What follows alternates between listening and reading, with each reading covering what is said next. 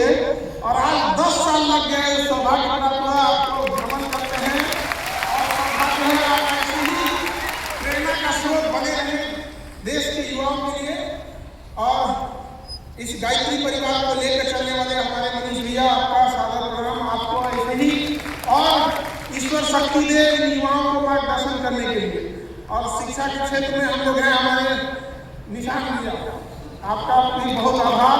और पूरे गायत्री परिवार से जुड़े छोटे से लेके बड़े पदाधिकारियों का, छोटे बच्चे सबका हृदय से नमन करते हैं। देखिए, किसी भी समय किसी भी समाज को अगर आगे ले जाना है तो अब हम लोग क्या ही समाज को आगे ले जा सकते हैं। हम लोग को जहाँ जाना था चले गए, शिक्षा करना था तो हम गए, हमें जहाँ जाना था हम लोग चले गए। अब आगे का भविष्य आपके हाथ में है, आप भविष्य को कहाँ लेके जाइएगा ये आपके ऊपर डिपेंड करता है। क्योंकि कहा जाता है कि तलवारों के साए पर इतिहास हमारा बनता है, जिस ओर जवानी चलती है युवा वो शक्ति होती है कि एक बार जोसेफ बेंजामिन ने कहा था कि यदि समाज में क्रांति लानी है तो शासन युवाओं को सौंप दो। जरूरी नहीं कि शासन केवल वहां बैठ कर ही किया जा सके, आप अपने पास जहां देख रहे हैं समाज को सुधारने का प्रयास करेंगे। छोटे छोटे कण से ही एक बड़ी चीजों का निर्माण होता है। तो युवा जो होती है इकाई होती है समाज की। किसी भी जगह के युवाओं को देख के आप वहां का अंदाजा लगा सकते हैं।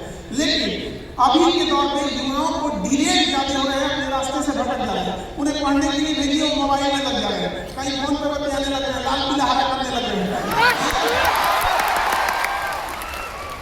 ये सब करने से कोई फायदा नहीं होने वाला है। मन लगा के पढ़ाई कीजिए, अगर कोई पसंद किया गया तो नौकरी लेके सीधे माता पिता से बात कीजिए।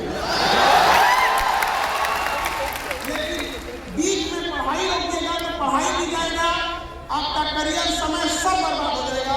इसलिए सबसे जरूरी चीज होता है समय। समय के पास इतना समय नहीं है कि दोबारा आपको समय दे, इसलिए समय आपको निर्धारित कर लीजिए आपको क्या करना है, वरना समय एक दिन बता देगा कि आपका क्या करना है। समय और सद्बुद्धि बड़ी अजीब चीज होती है, दोनों एक साथ नहीं आती है। जब आपके पास समझ होती है तो समय जा चुका होता है, अभी आपके पास समय है तो सद्बुद्धि ही नहीं है। या समन्वय जिसके पास आ गया वह समझिए कि सारी चीजों पे विजय प्राप्त कर लिया। और कहीं ना कहीं गायत्री परिवार का भी यही प्रयास होता है कि समय रहते सद्बुद्धि, समय रहते आचरण, समय रहते राष्ट्र निर्माण के लिए योगदान दिया जा सके।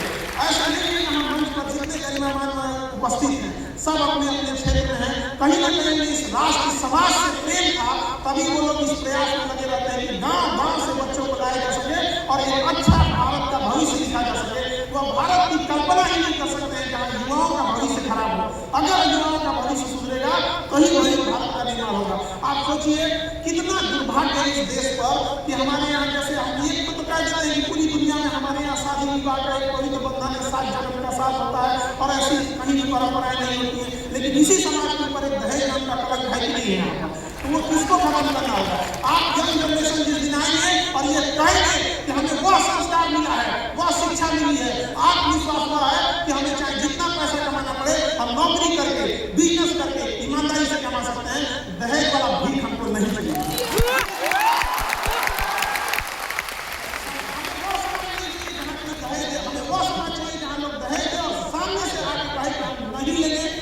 नहीं लेते। ये बात हम आप सबसे एक बड़े भाई होने के नाते जहाँ जनरेशन बैठी हुई है उससे हम ये उम्मीद देते हैं। क्योंकि आज ही मेरे भाई का भी रिसेप्शन है तो हमने भी उससे पूछा, हमने कभी दबाव नहीं करा, हम लोग तुम्हें दहेज चाहिए तो बोलो। भैया हम क्या बोलते हैं, आप सबको समान में बोलते हैं, हम नहीं ले लेंगे। हमने सोचा कि आप बोले एक बार बोलता तो हम उसका इलाज करते हैं। भाई का प्रेम होता है, बड़े भाई को छोटे भाई का अधिकार होता है। और आप जैसा करते हैं आपके छोटे भाई, आपके दोस्त, आपके सर्किल भी वैसे ही करते हैं। अगर हम सब इस चीज को आगे बढ़ाते रहते हैं तो काफी एक समय आएगा जब हम इस पर विजय प्राप्त कर लेंगे। ये एक बहुत बड़ी समस्या है। क्यों? क्योंकि दहेज का पैसा, वह पैसा महिलाओं की शिक्षा पे खर्च होना चाहिए, उन्हें अच्छी नैतिकता दी जानी चाहिए, अच्छा आचरण सिखाते, अच्छा हुनर सिखाते। कोई महिला डॉक्टर बनती, इंजीनियर बनती, प्रोफेसर बनती, वो पैसा उसको दहेज में दे दिया जाता है। अब उसको पढ़ने नहीं दीजिएगा तो पढ़ने दिमाग में पढ़ने दिया, उसको पढ़ने नहीं देंगे आप, तो महिलाओं को भी इस चीज के लिए आगे आना पड़ेगा और कहना पड़ेगा कि देखिए आप दहेज नहीं लेंगे, मैं घर को स्वर्ग बना के रखूंगी, 2 बात भी सुन लेंगे, बाकी आगे आगे समझते हैं।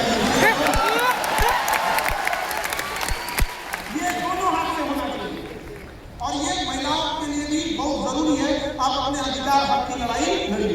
बाकी देखिए इस देश में आपका अपना कर्तव्य बनता है, किसान अपनी जगह पे जा रहा है, फौजी अपनी ड्यूटी कर रहे हैं, शिक्षक डॉक्टर सबका अपना अपना योगदान होता है, कोई बड़ा छोटा नहीं होता। लेकिन हमारे समाज में क्या होता है कि हम बहुत कम तवज्जो उन किसानों को देते हैं जिनका हम 3 टाइम अन्न उगाया हुआ खाते हैं। वो बंजर जमीन से जब फसल उगाते हैं और जब किसानों को आत्महत्या करने की नौबत आ जाती है तो वो दिन बड़ा दुखदायी होता है इस देश के लिए। जबकि देश हमारा किसानों का ही है, गाँव ही है। जब गाँव सुधरेगा तभी ये चीजें आएंगी यहाँ पर।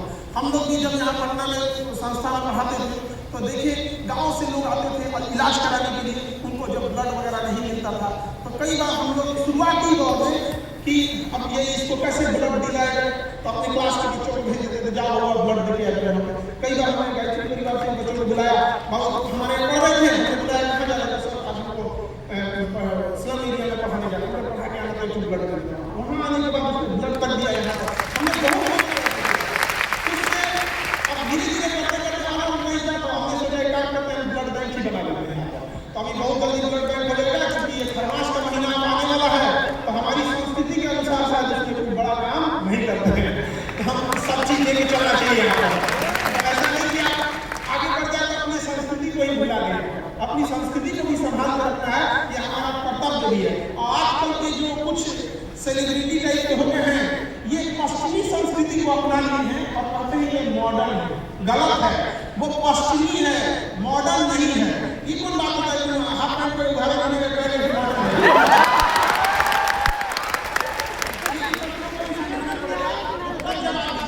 जब आप भारतीय होने के बाद अगर अपनी बुलंदी अपनी कामयाबी की दुनिया को दिखाएगा तब लोग कहेंगे कि वो उधारे घूमना मॉडर्न नहीं है, ये कामयाबी मॉडर्न है। तो आप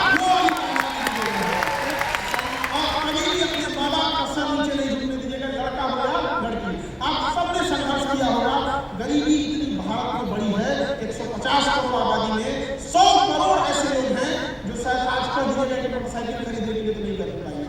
150 करोड़ में 100 करोड़, ये हम लोग को बदलना है। कैसे बदल सकते हैं? एक अच्छी शिक्षा के माध्यम से। कई बार लोग शिक्षा लेने जाते हैं तो उसको लोग कहते हैं कि व्यापार करो। भैया व्यापारी व्यापार करेगा, जो पढ़ा लिखा है वो नौकरी करेगा, किसान से करेगा ये तुम जहाज लाओ, अरे भाई खेती करने के लिए। तो ये विडंबना है देश की, जो हर पायदान पे आपको मेहनत करने की जरूरत है। और सफलता कल भी कैसे मिलती थी जब आप मेहनत करते थे, और आज भी कैसे मिलेगी जब आप मेहनत करेंगे तब। सबको जीवन में संघर्ष होता है, ऐसा कोई नहीं है जिसके जीवन में संघर्ष नहीं है। अरे वो पत्थर भी जब तक छीनी हथौड़ी का मार नहीं झेलता है, जब तक मूर्ख का रूप नहीं लेता है, तब तक उसके आगे भी सर नहीं झुकाते हैं। पत्थर को भी, लेकिन जिस पत्थर में चोट नहीं सहा कर उस पर लात रख के चले जाते हैं, तो ये तो इतिहास है। जब आपको खदान से सोना मिलता है तो सोना आभूषण नहीं मिलता है, उसे आभूषण बनने के लिए ना आग में तपना पड़ता है, आग में जल कर तपना पड़ता है, तब जाके वो आभूषण का रूप लेता है, तो मूल्यवान होता है। अगर नहीं तपनेगा, नहीं बनेगा तो आपका कोई मोल नहीं रह जाएगा। अगर सूरज की